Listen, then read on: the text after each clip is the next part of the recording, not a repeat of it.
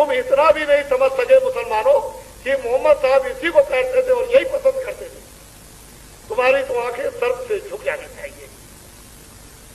और वो वशिष्ठ विश्वामित्र ने ये राम को यही टाट, यही बोरा, यही कंतान, यही कौन काट, इसको पैरा करके और सिर पर बाल रख करके कहा चले जाओ वेश बदल करके और तुम 14 बरस वनवास में जाओ तपस्या कर लो। इसी को ये तुमने कभी ईसा मसीह उनके ईसाइयों ने सोचा नहीं कि ईसा मसीह और उनके बाप, उनके पीछे वाले किसी टाट को कहते। और कृष्ण भगवान ने इसी टाट का नाम बलकर भक्त था, इसी को कहते। यही कहा था कि तुम भेद बदल के ग्वाल बालों में चले जाना और वहां तुमको कोई पहचान नहीं पाएगा, नहीं तो मार देंगे लोग। और तुम सब भूल गए और हंसते हो। तुम्हारे रहते हुए इतने आदमी मारे जाए, तुम्हारे रहते हुए इतनी चोरियां डकैतियां हो, बच्चे मारे जाएं, बच्चियां मारी जाएं, हिंदू मारे जाएं, मुसलमान मारे जाएं, सिख मारे जाएं, ईसाई मारे जाएं, तुम्हारे सामने जानवर मारे जाएं, तुम आदमी किस बात के हो? तुमको तो ये हक दिया था, अधिकार दिया था कि इंसान तुम अपनी भी हिफाजत करना, अपने मिलने जालों की भी रक्षा करना और जो तुम्हारे आस पास में उनकी भी रक्षा तुम करना, तब तुम मतलब मनुष्य कहलाओगे, इंसान आदमी कहलाओगे। और जब तुम अपने मनुष्य कर्मों को कर लोगे तभी तो तुम देवता होगे। तो तुमने तो मनुष्य कोई काम ही नहीं किया। तो आपको तो ये मेरी एक एक बातें आपको सुननी पड़ेगी, चाहे जैसे भी सुने। इसलिए ये तो दूरदर्शी है जो 5 प्रांतों में इसको चुनाव आयोग के द्वारा मान्यता प्राप्त। इसका कोई भी विधानसभाओं में सदस्य न लोकसभा में, लेकिन विश्व का ये रिकॉर्ड है कि कोई भी सदस्य नहीं 5 प्रांतों में इसको मान्यता प्राप्त है। और सरकार ने, दिल्ली की या प्रांतों की सरकारों ने इस गजट को छुपा करके रखा है कि दूरदर्शी का जो चुनाव आयोग द्वारा मान्यता प्राप्त हुई है 5 प्रांतों में, इसको अगर गजट कर दिया तो अभी जाग जाएंगे और भगदड़ मच जाएगी,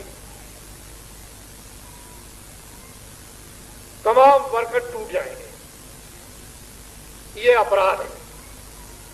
गवर्नमेंट ऑफ इंडिया चुनाव आयोग का अगर गजट आपने रेडियो अखबारों पर छुपा करके रखा है तो ये बहुत भारी अपराध है। ये छोटा मोटा अपराध नहीं है। ये तो इनकी बात, मैं इनको तैयार करना, क्योंकि मुझे तो इनसे कुछ काम लेना, मुझे तो कुछ करना नहीं। इनको तो आदेश देना है कि ये काम करो। तो आदमी तैयार रहेंगे तभी तो आदेश का पालन करेगा। जब आदमी तैयार नहीं रहेंगे, भक्ति नहीं होगी, आज्ञा का पालन नहीं होगा, किसी के प्रति श्रद्धा नहीं होगी, कोई आदमी मतलब मानता नहीं होगा, तो पालन क्या करेगा?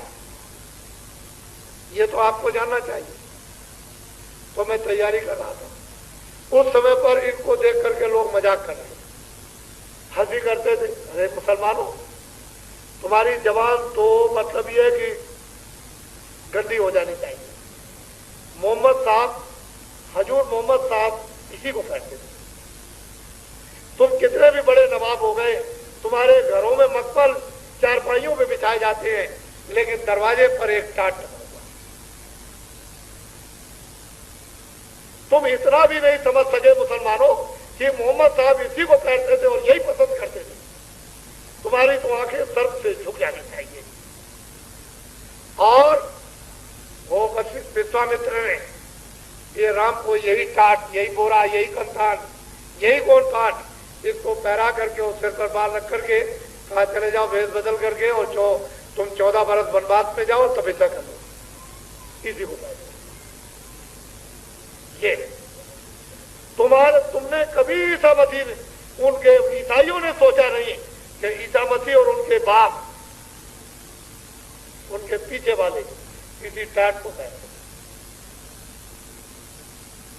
और कृष्ण भगवान ने इसी टाट का नाम बलकर भक्त था, इसी को कहते। यही कहा था कि तुम भेद बदल के ग्वाल बालों में चले जाना और वहां तुमको कोई पहचान नहीं पाएगा, नहीं तो मार देंगे लोग। सब भूल गए और हंसते हो। कलयुग को भगाऊंगा, इसे भागना पड़ेगा, मजबूर कर दूंगा और सतयुग को आना पड़ेगा।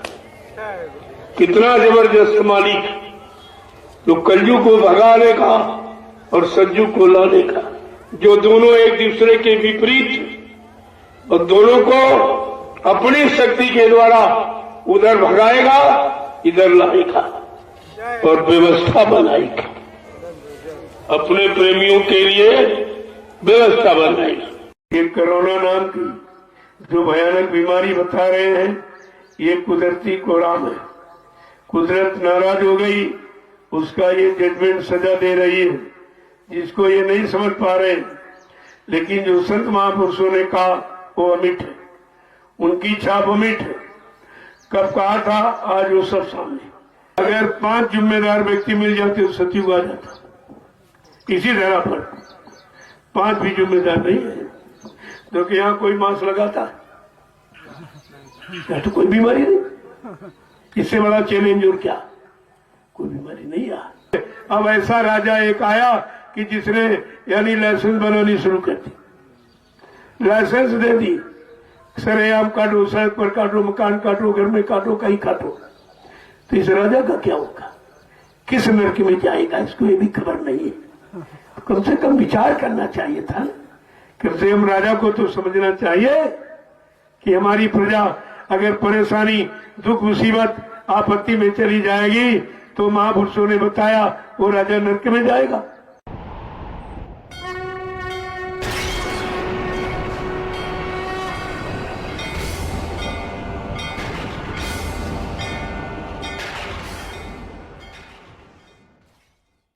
एक बार समृद्ध दाता दयालु बाबा जयगुरु जी महाराज ने ये एक आवाज दी थी, कहा एक दिन ऐसा समय आएगा इस मृत्यु लोक मंडल में कि सबकी दाढ़ी में आग लगेगी। कौन किसकी बुझाएगा, सबको अपनी बड़ी पड़ी होगी। अब इस समय आपके सामने ये कोरोना नाम की जो भयानक बीमारी बता रहे हैं, ये कुदरती कोराम है। कुदरत नाराज हो गई, उसका ये जजमेंट सजा दे रही है, जिसको ये नहीं समझ पा रहे। लेकिन जो संत महापुरुषों ने कहा वो अमिट है, उनकी छाप अमिट है। कब कहा था, आज वो सब सामने। 6 दिसंबर सन 1976 में इशारा किया गया था और कोरोना शब्द की व्याख्या की गई। इसलिए कोरोना ना आवे तो क्या क्या न करो, ये सब करना बंद कर दो, गंदा खान पान करना बंद करो, बुद्धि नाशक नशा शराब पीना बंद करो।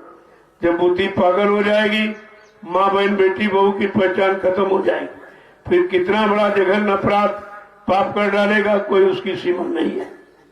कहा ये सब बंद कर दो, झूठ बोलना बंद करो, धोखाधड़ी ये सब बंद करो, दूसरा का अपमान, निंदा, चुगली, बुराई, क्रिटिसाइज करना बंद कर दो। कहा अगर तुम बंद नहीं करोगे, एक दिन तुम्हारा मुंह बंद कर दिया जाएगा। आज सब आपके सामने। जब तुमने नहीं बंद किया तो एक कपड़े का एक बंधन लगा दिया, कहा इसको लगाओ मुंह पर। फिर भी हम नहीं समझ पा रहे, अरे बीमारी मुंह से आती है कि गंदे खान पान? हाँ, इसलिए कि मुंह से गंदा खान पान करते हो, इसलिए मुंह को बंद कर लो, न गंदा खान पान करो, न गंदे कर्म करो, तो कोई बीमारी नहीं आएगी।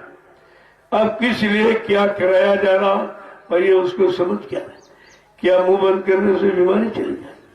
मुंह से जो गंदा खान पड़ते करते उसको बंद करो, मुंह से जो गंदे यानी अश्लील शब्दों का प्रयोग करते वो बंद करो, दूसरे की निंदा, आलोचना, बुराई, क्रिटिसाइज करते उसको बंद करो। ये है मुंह बंद करने का मतलब। उसको भी नहीं समझ पाए, यानी बंधन भी लगाया गया तब भी नहीं समझ पा रहे आखिरकार मुंह पे लगाम क्यों लगाई गई, ये कपड़ा क्यों बनवाया जा रहा, इसका मतलब क्या है? तो ये तो कोई बताता तो है नहीं, केवल कह दिया तुमने बांध दिया, लेकिन पूछ रहे थे भाई हम क्यों बांधे? अगर मुंह से गंदा खान पान न करें, गंदे शब्द का प्रयोग न करें, किसी की निंदा, आलोचना, बुराई न करें, तो फिर बांधने की जरूरत क्या? अरे ये बंधन अंदर से स्वीकार करो, बाहर ये कपड़े लत्ते वाला बंधन काम नहीं करेगा। वो तो अंदर से आपको ये संकल्प लेना होगा। जब कुछ नहीं बचा तुम इस दरबार में आए हो, कुछ नहीं बचा, सब खराब कर दिया, खर्च कर दिया, बर्बाद कर दिया, तब आप इस दरबार में आए हो। और उसमें भी जल्दी करो, जल्दी से हो जाए, जल्दी से। यहाँ जो भी आता हो कहता जादू कर दो, जल्दी चला जाओ। जादू तो कर दी जाए, फिर तुम लौट के कभी नहीं आओगे। कभी तो बात है, तुम लौट के कभी नहीं आओगे। इसलिए तुम्हारा दरबार से तालमेल बना रहे, आना जाना बना रहे। इस कुछ न कुछ मर्ज बीमारी रखी जाती है, उसी सारे आप आते जाते रहोगे। यहाँ कौन आता है जंगल? इतने लोग आए सब परेशान हो गए। और अभी क्या, जैसे जैसे परेशानी बीमारी महामारी बढ़ती जाएगी, उधर लोग घटेंगे, इधर बढ़ेंगे, क्योंकि अब कहीं बचने का रास्ता नहीं रहा। सब जगह लोगों ने देखा, मंदिर में जाके, मस्जिद में जाके, गिरजाघर गुरुद्वारों में जाके, तीर्थों में, मूर्तों में, पानी में, किताबों में, सब में आपने जाके देख लिया, कहीं कुछ नहीं मिला। जो था